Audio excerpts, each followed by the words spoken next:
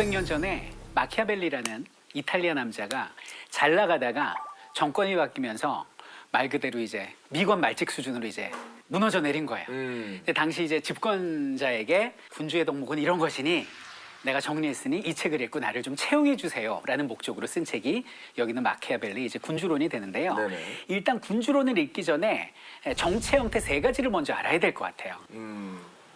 첫 번째는 군주국가가 있습니다.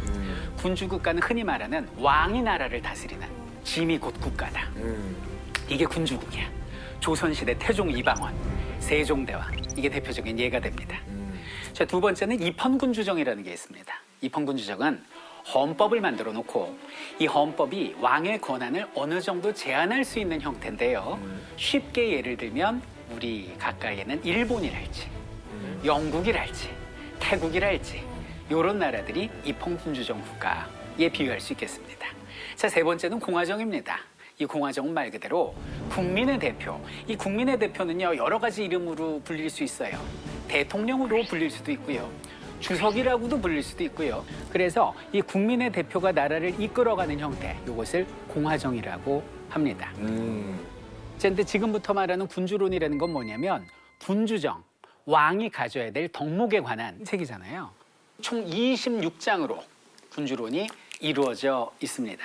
전 근데 이제 26장을요, 크게 4개 단원으로 나눠서 한번 정리를 해볼게요. 4개 단원으로. 자, 제가 이제 1단원으로 나눈 것은 군주국의 종류, 그리고 이 군주가 주변에 있는 군주국을 획득하고 다스리는 방법에 대해서 이야기를 하고 있습니다.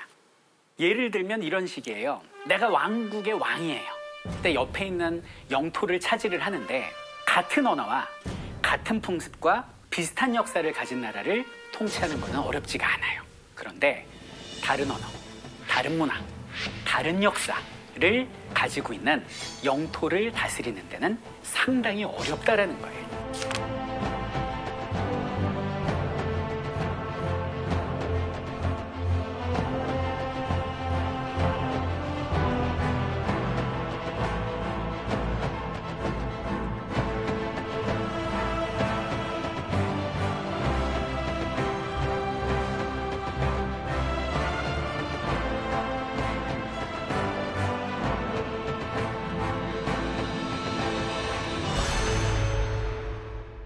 그래서 그 영토를 다스리기 위해서는 왕이 직접 그 지역에 파견돼 가는 것이 옳다라고 이야기를 합니다. 왜?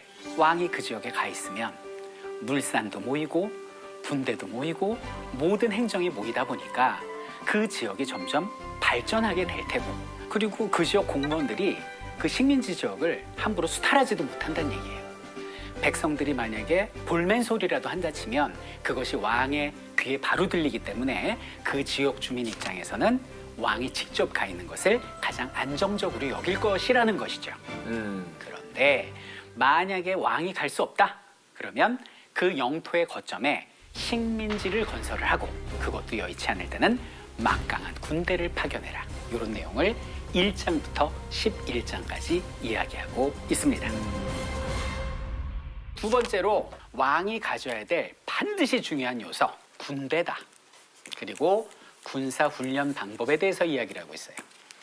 마키아벨리는요, 군대의 종류를 3가지로 이야기하고 있는데요. 첫 번째가 뭐가 있냐면 용병이 있습니다. 돈을 주고 사오는 군대. 두 번째가 원군이 있고요. 세 번째가 자기 군대가 있는데, 여기 있는 자기 군대를 양성을 해야지 돈을 주고 사는 용병이랄지 다른 나라가 도와주러 온 원군은 절대 도움이 되지 못한다라고 얘기를 해요. 예를 들어 볼게요. 여러분들, 로마가 왜 망했습니까? 로마가 망한 이유 10가지도 넘어요.